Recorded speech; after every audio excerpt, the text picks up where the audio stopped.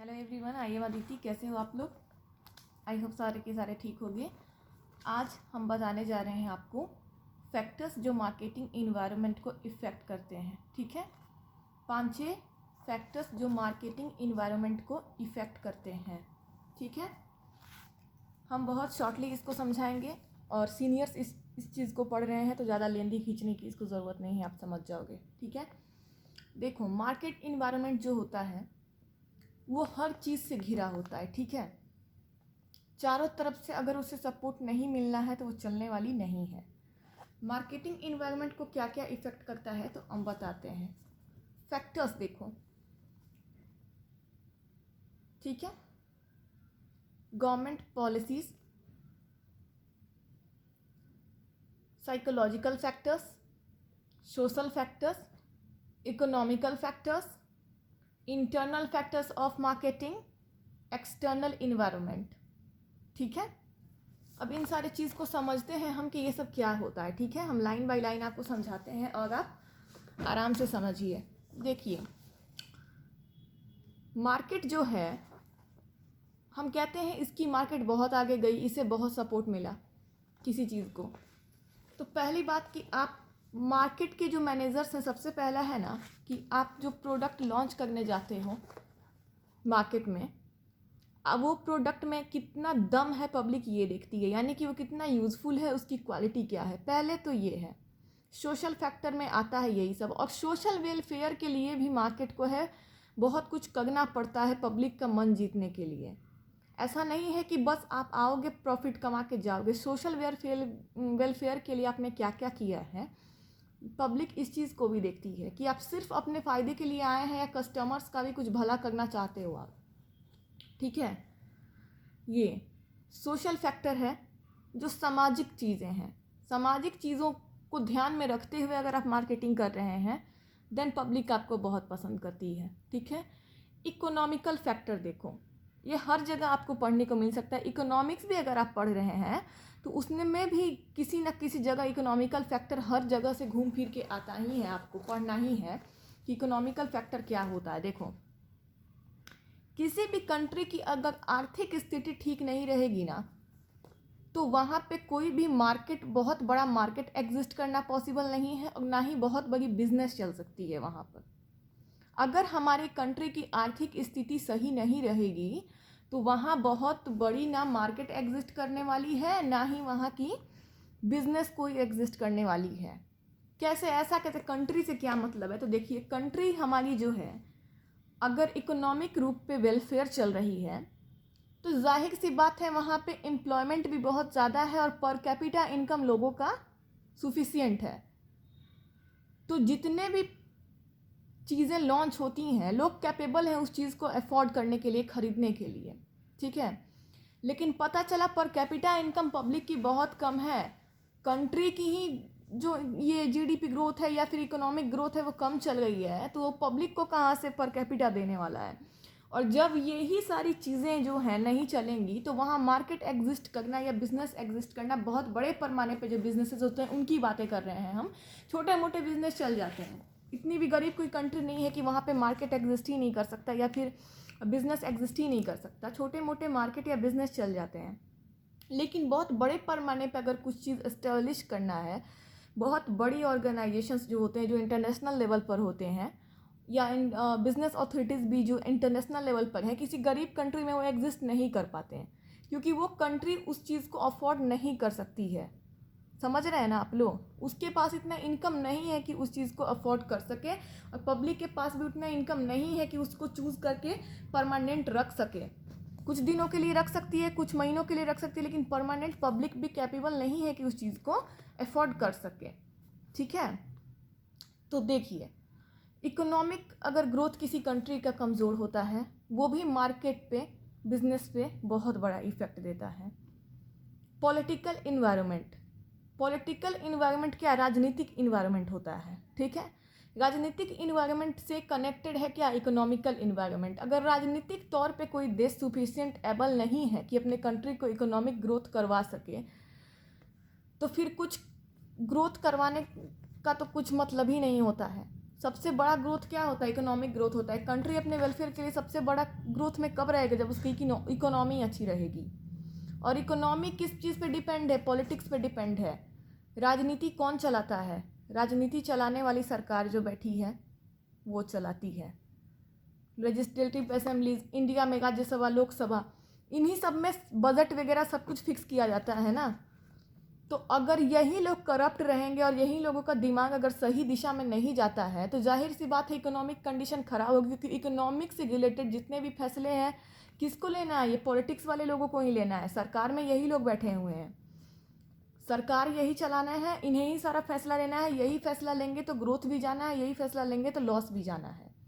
तो political environment indirectly effect करती है इकोनॉमिक इन्वायरमेंट के कंट्री पे, और इकोनॉमिक इन्वायरमेंट जो है वो इफेक्ट करती है क्या?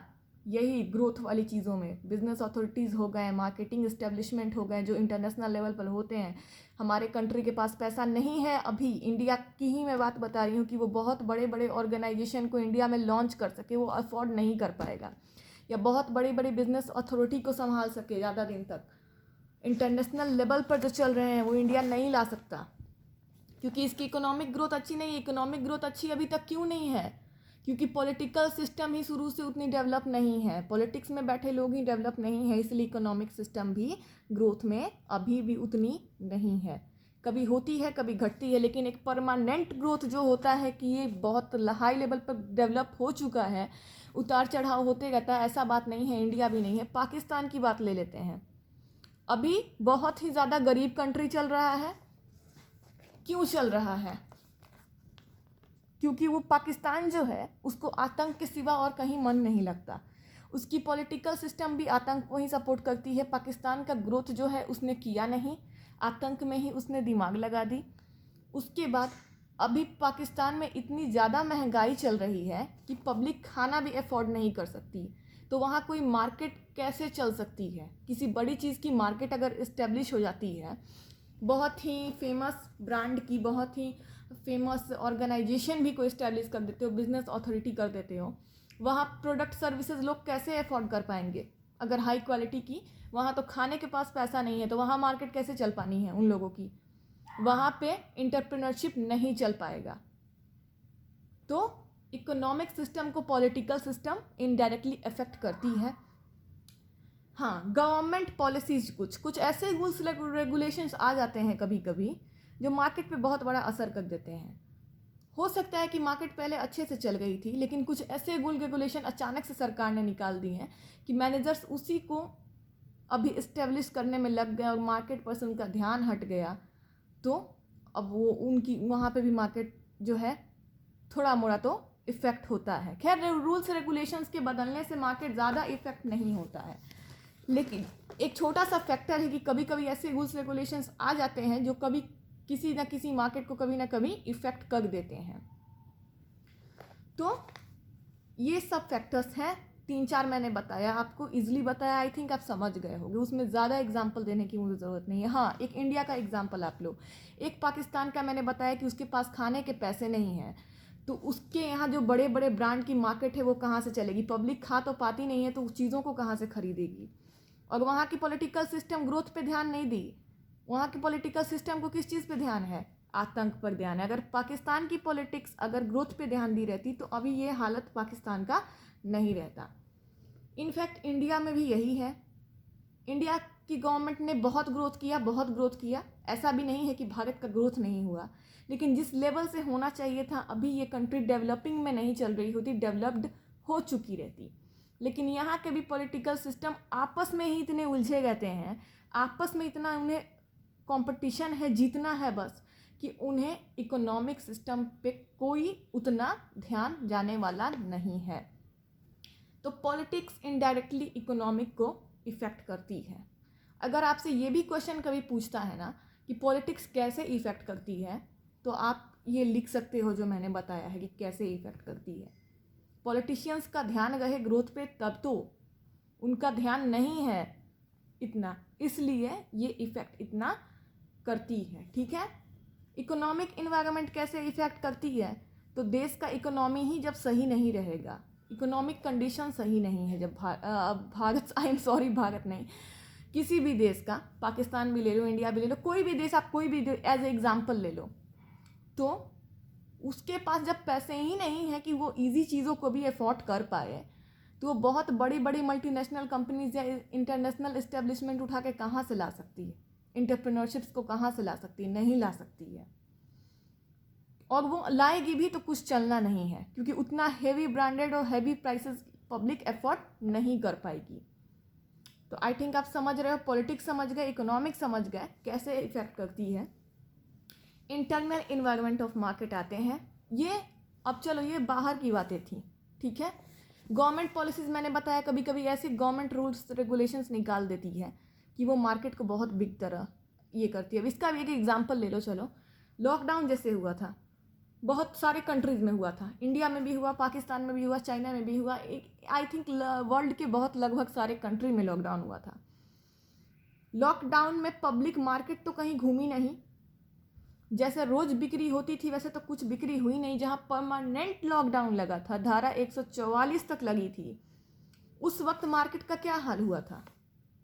मार्केट के जो बिजनेस मैनेजर्स हैं, ऑर्गेनाइजेशंस के जो मैनेजर्स हैं, वो दिवालिया हो गए थे, कुछ बिका ही नहीं, मार्केट ठप थी। तो उनकी कंडीशन क्या होनी है वहाँ पे। जो पब्लिक उस वक्त क्या देख रही थी, जान देख रही थी, बस खाने भर की चीज़ें पब्लिक उस वक्त देख रही थी। और अब वो पब्लिक नहीं देखती तो पॉसिबल नहीं था, जान बचना, लॉकडाउन होना बहुत ज़रूरी था। तो गवर्नमेंट ने जो कभी कभी रूल निकाला वो अपने जगह सही निकाला, लेकिन मार्केट को वो इनडायरेक्टली इफ़ेक्ट कर गई। लॉकडाउन ने इंडिया का मार्केट सिस्टम को बहुत ज़्यादा इफ़ेक्ट किया था। वो छोटे बिजनेसेस हों, बड़े बिजनेसेस हों, या मिडिल लेवल पे जो बिजनेस अथॉरिटीज़ चल रहे हैं, ऑर्गेनाइजेशंस या कंपनीज चल रही हैं, सबको बहुत बड़े पैमाने पे इफ़ेक्ट किया था। इनफैक्ट कि प्राइवेट एम्प्लॉयज़ जो हैं, जो प्राइवेट ऑर्गेनाइजेशंस में वर्क करते हैं, बहुत लोगों की नौकरी भी छूट गई, बहुत लोग अनएम्प्लॉयड हो गए थे। तो गवर्नमेंट रूल्स रेगुलेशंस कभी कभी आप पब्लिक के भले के लिए निकलती है, लेकिन मार्केट को इफ़ेक्ट कर देती है। लॉकडाउन में हर कंट्री का मार्केट बहुत ज़्यादा इफ़ेक्ट हुआ था, क्योंकि पब्लिक को कुछ नहीं चाहिए था उस वक्त, बस खाने के लिए चाहिए था, ज़िंदा रहना था उस वक्त। तो लेकिन मार्केटर्स क्या थे, दिवालिया हो गए थे उस वक्त। फिर धीरे धीरे धीरे धीरे इम्प्रूव हुआ। मैंने प्रोडक्ट लाइफ साइकिल भी बताया, बिजनेस साइकिल भी बताया कि फिर धीरे धीरे कभी बूम पर जाता है मार्केट, बूम से रिसेशन पर आता है, रिसेशन से डिप्रेशन पे जाता है, देन रिकवरी फिर होती है। रिकवरी वहाँ पे फिर होती है, ऐसा नहीं कि रिकवरी नहीं होती है। लेकिन हाँ, इकोनॉमिक ग्रोथ अगर हमारा सही नहीं है तो हम बहुत बड़े चीज़ों को एफोर्ड नहीं कर सकते हैं, बड़े पैमाने पर चीज़ों को एफोर्ड नहीं कर सकते हैं, ठीक है। इंटरनल सिस्टम मार्केट को कैसे इफ़ेक्ट करता है, तो ये बाहर की बातें थी। गवर्नमेंट पॉलिसी भी बाहर की बातें हैं, एक्सटर्नल में आता है। पॉलिटिकल मैनेजमेंट भी एक्सटर्नल में आता है, इकोनॉमिक फैक्टर भी एक्सटर्नल में आता है। अब हम इंटरनल की बात करते हैं, ठीक है।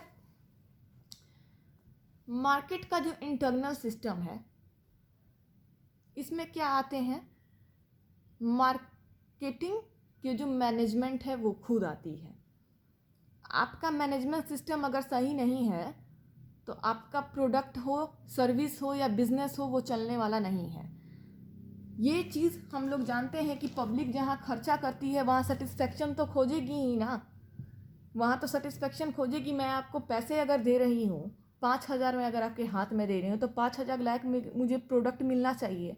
उसमें ऐसा तो नहीं होना चाहिए कि आपने 5 रुपये के लायक भी नहीं बनाया और मैंने 5,000 आपको दे दिया। तो अगर इंटरनल मैनेजमेंट सही नहीं रहती है बिजनेस की, किसी भी बिजनेस की, किसी भी टाइप के मैनेजमेंट की, तो पॉसिबल नहीं है मार्केट एग्जिस्ट करना, क्योंकि यहाँ हज़ारों कंपटीशन है, आपके जैसे हज़ारों प्रोडक्ट हैं और बहुत क्वालिटी वाले भी हैं। अगर आपके पास क्वालिटीज़ नहीं है, आपकी मैनेजमेंट सिस्टम ही ख़राब है, तो वो एग्जिस्ट करना ज़रूरी नहीं है, नॉट पॉसिबल, ऐसा हो ही नहीं सकता है। हाँ, और इंटरनल इन्वायरमेंट में सब कुछ आता है।